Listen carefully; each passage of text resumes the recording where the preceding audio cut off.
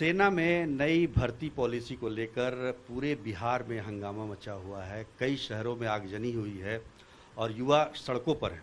हमारे साथ कांग्रेस के प्रभारी भक्तचरण जाट जी हैं। भक्तचरण जाट जी, क्या कहिएगा जो ये घटना जो हो रही है, जिस तरह से आक्रोश दिख रहा है युवाओं का? पूरे देश भर में युवाओं का आक्रोश बहुत ही सतत दिख रहा है। कई सवाल उठ रहा है। एक तो आर्मी एक सोल्जर का प्रति अपमान है। एक सोल्जर क्यों बनता है? देश के लिए बनता है या अपना रोजी के लिए बनता है? देश के लिए बनता है।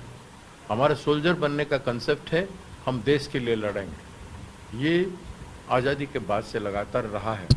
हमारे सैनिकों का यही प्रेरणा रहा है और देश के लिए मर मिटे हैं हमारे सैनिक, लाखों शहीद हुए हैं। उस भावना को, जो मूल भावना है देश के लिए हम लड़ेंगे, उस भावना पर ठेस पहुंचाया गया है। 4 साल में वो क्या देश के लिए लड़ेगा? पहली बात यह, आप सैलरी जो भी दो, आपका पहचान जो भी हो, आप उनको ट्रेनिंग तो 1 साल लग जाता है, ट्रेनिंग पीरियड 1 साल लग जाता है। मैंने 3 ही साल काम करेगा। 3 ही साल में वो क्या पाएगा? आपको उसको उसके बारे में बाद में क्या होगा ये बता रहे हैं? बताया ना कि अर्धसैनिक बल में उनको प्राथमिकता दी जाएगी। अर्धसैनिक बल में प्राथमिकता दी जाएगी, तो केवल प्राथमिकता में अगर उससे मेरिटेरियस ज्यादा मिल गया तो कोई गारंटी? 25% उनको आगे भी सेना में कंटिन्यू नहीं, कोई गारंटी उसमें नहीं है कि उसके आगे कुछ मिलेगा। उसको ये साजिश है कि उसको आप अपने पार्टी का कैडर बनाना चाहते हो। आप उसको छोड़ दोगे, फिर निकम्मा बनाओगे, फिर इनको आप पार्टी में भर्ती करके आप उनको अपना कैडर बना के आपका जो राजनीतिक तंत्र है उसको आप आर्म ऑर्गेनाइज वायलेंस फोर्स में यूज करना चाहते हो। ये क्वेश्चन अराइज करता है। ये करेंगे नहीं करेंगे उस समय पता चलेगा, लेकिन आप अपने स्वार्थ से जुड़ा हुआ इसके पीछे की मंशा आपको क्या लगता है? ये इसके पीछे की मंशा ये भी एक सवाल हो सकता है। उसमें नौजवानों का अपने आत्मसम्मान पर भी ठेस पहुंच रहा है। और 10 लाख क्यों?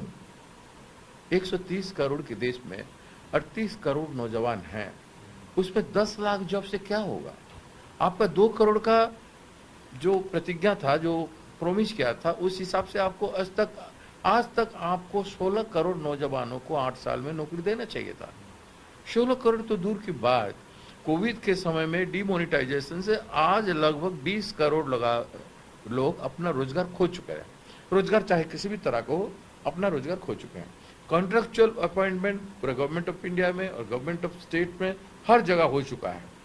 जो पेंशन नाम की चीज ही नहीं रहा। सैनिक हमारा सेक्रीफाइस करेगा, उसको पेंशन ही नहीं मिलेगा। पेंशन एक धरोहर था ना अपना परिवार बचाने के लिए, वो नहीं रहा। आत्मबल था कि एक आई कार्ड रहता था कि मैं सैनिक, मैं सैनिक था। उसका पहचान को ही पेंशन का प्रावधान तो किया है सर। क्या पेंशन का प्रावधान क्या है? 4 साल में क्या पेंशन देंगे? क्या मिलेगा? हाँ, 4 साल में रहने से क्या पेंशन मिलेगा उसको? It is obvious. ये तो प्रताड़ना है, ये झूठ है। आप मजाक कर रहे हैं दोस्त के नौजवानों के साथ, आप खेल रहे हो देश में। आज तक खेलते आए हो, आज तक आप लगातार खेलते आए हो कि हम नौकरी देंगे 2 करोड़। आप खेले हो, अभी तक कुछ दिया नहीं। 16 करोड़ हो जाना चाहिए था, दिया नहीं। अब 10 लाख की बात कर रहे हो तो इतना अंडर एस्टिमेट कर रहे हो हमारे नौजवानों को, देश के नौजवानों को। ये बहुत गलत बात है और इसका सुधार लाना चाहिए। इसका कम से कम 11 साल करो, उसको कम से कम 11 साल करो। अच्छा, नेशनल हेराल्ड को लेकर जो जांच चल रही है ईडी की, उसमें कांग्रेस पार्टी का किस बात का विरोध है? क्योंकि जो सब मतलब एक तरह से क्वेश्चन किया जा रहा है कि राहुल गांधी से कि क्या असल में मामला है, क्या है नेशनल हेराल्ड? नेशनल हेराल्ड की पृष्ठभूमि क्या है? आज़ादी के समय 1937 में नेशनल हेराल्ड का एक मुखपत्र, आज़ादी का संघर्ष का मुखपत्र था, न्यूज़पेपर निकाला गया था। वो नेहरू जी के नेतृत्व में सरदार पटेल जी और आचार्य नरेंद्र देव जी और कई आज़ादी के सेनानियों ने उसको बनाए थे। 1942 में और 45 तक उसको अंग्रेजी हुकूमत ने बंद कर दिया था। फिर 1945 के बाद उसका आज़ादी के सेनानियों ने शुरुआत किया। वो कांग्रेस की लड़ाई का मुखपत्र था। जब वो पेपर खतरा में, उसका सैलरी नहीं दे पाए, उसका VRS जो लिए उनको सैलरी पैसा नहीं दे पाए, उनका इलेक्ट्रिक बिल, सारा जो उनका प्रॉब्लम था, वो 90 करोड़ रुपये का जरूरत था उनको, कहीं से लोन नहीं मिला, तो उनको कांग्रेस पार्टी ने लोन दिया। कहीं कहीं लॉ में नहीं है, कानून में नहीं है कि राजनीतिक दल किसी को लोन नहीं दे सकता। ये एक बात तो साफ है। राजनीतिक दल इलेक्शन कमीशन ने 2012 में इसको क्लियर किया था, और ये केस 2015 में ईडी ने ही क्लोज किया था, क्योंकि ये पैसा जब पैसा नहीं दे पाए तो क्या हो, इक्विटी में उसको परिवर्तित किया गया, और इक्विटी में आने के बाद वो यंग इंडियन जो कंपनी है, यंग इंडियन कंपनी एक नॉट फॉर प्रॉफिट कंपनी है। उसका जो भी मैनेजिंग ट्रस्टी हैं, जैसे आदरणीय श्रीमती सोनिया गांधी जी हैं, श्री राहुल गांधी जी हैं, और कई लोग हैं, जो भी ट्रस्टी हैं, मेंबर हैं मैनेजिंग कमेटी के, वो एक पैसे का भी शेयर या प्रॉफिट नहीं ले सकते हैं। आज तक एक पैसा वहां से उठाया नहीं गया, ना ही भविष्य में कोई उठा सकता है। अगर यंग इंडियन कंपनी का जो not for profit organic company है, वो कहीं भी अगर जाएगा तो another not for profit company में जा सकता है, अगर इनकेस यंग इंडिया क्लोज हो जाए। तो इसमें कोई सवाल ही नहीं उठता कि इस पर आप सवाल करो। आप बिना मतलब बेबुनियाद सवाल, कोई आधार नहीं है, आप उसी से 90 करोड़ में आप घिसट के ला रहे हो, और 12 घंटा 13 घंटा देश का कांग्रेस पार्टी का लीडरशिप को आप जेरा कर रहे हो, ईडी के ऑफिस में बिठा करके उनके साथ मजाक कर रहे हो, और कांग्रेस पार्टी चुप तो नहीं बैठेगा। हमने आजादी की लड़ाई लड़ा था। हमारी गलती क्या है कि हमारी नेता बेरोजगारों के लिए आवाज उठा रहा है। हमारी नेता चाइना बॉर्डर में, जो आज चाइना जो हमारे बॉर्डर में आ चुका है, उसका आवाज उठा रहा है। हमारे नेता जो देश की पूंजी जो आज कुछ चंद पूंजीपतियों के हाथ में है, उसके बारे में उठा रहा है।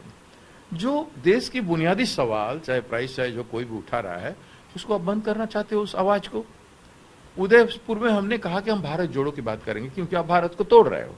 जिस भारत को हमने भारत छोड़ो आंदोलन के बाद जोड़ा था, उस भारत को तोड़ रहे हो, तो हम भारत जोड़ो की बात कर रहे हैं। और इसमें सारा भारतवर्ष में हर राज्यों में कांग्रेस ने शिविर कर लिया, चिंतन शिविर कर लिया, डिस्ट्रिक्ट में शिविर कर लिया। कांग्रेस लोग एक हो रहे हैं, कांग्रेस वर्तमान यूनाइटेड है। उसी समय आप सर्वोच्च नेता को गिरवान में आप हाथ दे के, आप उनको पकड़ के आप मजाक कर रहे हो, देश के साथ धमकी दे रहे हो, आतंक पैदा कर रहे हो, कांग्रेस ऑफिस के अंदर पुलिस फोर्स को घुसा रहे हो। एआईसीसी में जब आज तक इतिहास में कभी हुआ नहीं, महिला एमपी को भी आप असल्ट कर रहे हो। तो इसको हम विरोध कर रहे हैं कि ये आजाद मुल्क है, इन्हें आजादी बहुत मुश्किल से मिला था। इस आजादी को आप इस तरह से दबा नहीं सकते, खत्म नहीं कर सकते। नेशनल हेराल्ड की संपत्ति को लेकर भी कई चर्चाएं, जैसे पटना में भी आपको जानकारी होगी, पटना के अदालतगंज में भी नेशनल हेराल्ड का की कुछ जमीन, आपको जानकारी है? पटना में कांग्रेस पार्टी का संपत्ति है। कांग्रेस में नेशनल हेराल्ड के बाद संपत्ति कहीं भी हो सकती है। नेशनल हेराल्ड इतना सदियों पुराने आजादियों को सेनानी बनाया था। आज आजादी को सेनानियों ने पूरे पटना में, पूरे बिहार में कांग्रेस भवन के लिए जमीन दिए हैं। और आप देखते हो बिहार में, देश में सबसे ज्यादा जमीन आज बिहार में है, हर जिला प्रखंड तक है। तो कांग्रेस की आजादियों के सेनानियों में दिया था। नेशनल हेराल्ड कोई बीजेपी का संपत्ति तो नहीं है, क्या कोई दूसरे का तो संपत्ति नहीं है। कांग्रेस का बनाया हुआ एक संस्थान है, जिस संस्थान की इंडिपेंडेंसी को आज तक कांग्रेस ने बचा के रखा। वो मुसीबत में आया, कांग्रेस ने कर्जा दिया, वो कर्जा वापस नहीं कहा, तो यंग इंडियन एक नॉट फॉर प्रॉफिट कंपनी के साथ जोड़ दिया, ताकि वो बनी रहे, उसका इंडिपेंडेंसी बनी रहे। एसोसिएट जर्नल का और यंग इंडियन का जो कंपनी है, उसका इंडिपेंडेंसी बना रहा है। लेकिन यहाँ का पटना का मैंने देखा अभी पूरा ऑक्युपाइड है, पूरा। तो लोग ऑक्युपाई कर रहे हैं, हमारे ऑफिस को भी ऑक्युपाई किए हैं, कई जगहों में हमारे ऑफिस को लेके पब्लिक ऑक्युपाई किए हैं। गरीब लोग भी कहीं हैं वहां पे, उनको हम जबरदस्ती नहीं निकाल रहे हैं। भाई जनता को लेके ना कांग्रेस ने आज तक रहा है। हम तो बोल्डीजर जैसे लगा इस्तेमाल नहीं कर रहे हैं, जिस तरह से किया है। हमने सरकार में था तब भी हमने कोई जबरदस्ती इस्तेमाल नहीं किया। ये तो कांग्रेस की गरिमा है। कांग्रेस बनी देश की जनता के लिए और देश के लिए। ये बीजेपी तो अब संपत्ति जैसे व्यवहार कर रहा है। आज तक 8 साल में अगर इतना ईमानदार मोदी जी और उनके लोग हैं, तो अदानी का संपत्ति में कितना 1000 गुना बढ़ोतरी हुआ है, उसका कोई ईडी कभी जांच किया है? अमित शाह जी के बेटा का 80 करोड़ से कितना 1000 करोड़ का संपत्ति बन गया है, उसका ईडी मैंने ध्यान दिया है। अभी हाल ही ने मुख्यमंत्री आसाम के परिवार का, उनके बारे में जो भ्रष्टाचार का आरोप आया, उसमें ईडी ने कुछ किया? इतने सारे राफेल के डील के बारे में इतना प्रश्न उठाया, उसमें फॉरेन कंपनी, गवर्नमेंट सरकारों ने भी सवाल उठाया, कभी ईडी ने कुछ किया? क्यों नहीं बीजेपी के एक मंत्री या कोई सरकार में, राज्य की सरकार, केंद्र सरकार में ईडी ने कुछ नहीं किया? आपको हमारी न्यूज़पेपर है नेशनल हेराल्ड, उसमें हमने क्या किया नहीं किया, उसमें पैसे खाने का कब बात कहाँ उठा रहा है? जो मन में आया कहते 2000 करोड़ रुपया कहाँ से, कहाँ से आया, कहाँ से आया? केस तो सुब्रमण्यम स्वामी ने किया था। हाँ, सुब्रमण्यम स्वामी ने किया तो वो तो क्लोज हो चुका था, वो तो क्लोज हो चुका था। इलेक्शन कमीशन तो जवाब दे दिया था सुब्रमण्यम कमीशन स्वामी को कि 2012 में ये फौज है, इसमें कोई सत्यता नहीं है, ये कोई केस बनता नहीं। तो इसको जबरदस्ती आप भ्रष्टाचार का रूप देके आप मनमानी, उनके प्रवक्ता लोग कह रहे हैं कि इसमें 2000 करोड़ का घपला हुआ है। कहाँ है बताओ ना, अभी तक तो आपने बता नहीं पाया। आप एक व्यक्ति को जेरा करके आप उनके खिलाफ असत्य इल्जाम लगा रहे हो, जबकि सत्य यही है कि नॉट फॉर प्रॉफिट ऑर्गेनाइजेशन का कानून का तो नियम सबको पता है। तो फिर क्यों ये हल्ला क्यों? कल फिर पूछताछ होगी राहुल गांधी से। आप फिर देखिए, कल फिर पूछताछ कर रहे हैं। ये क्या करना चाहते हैं?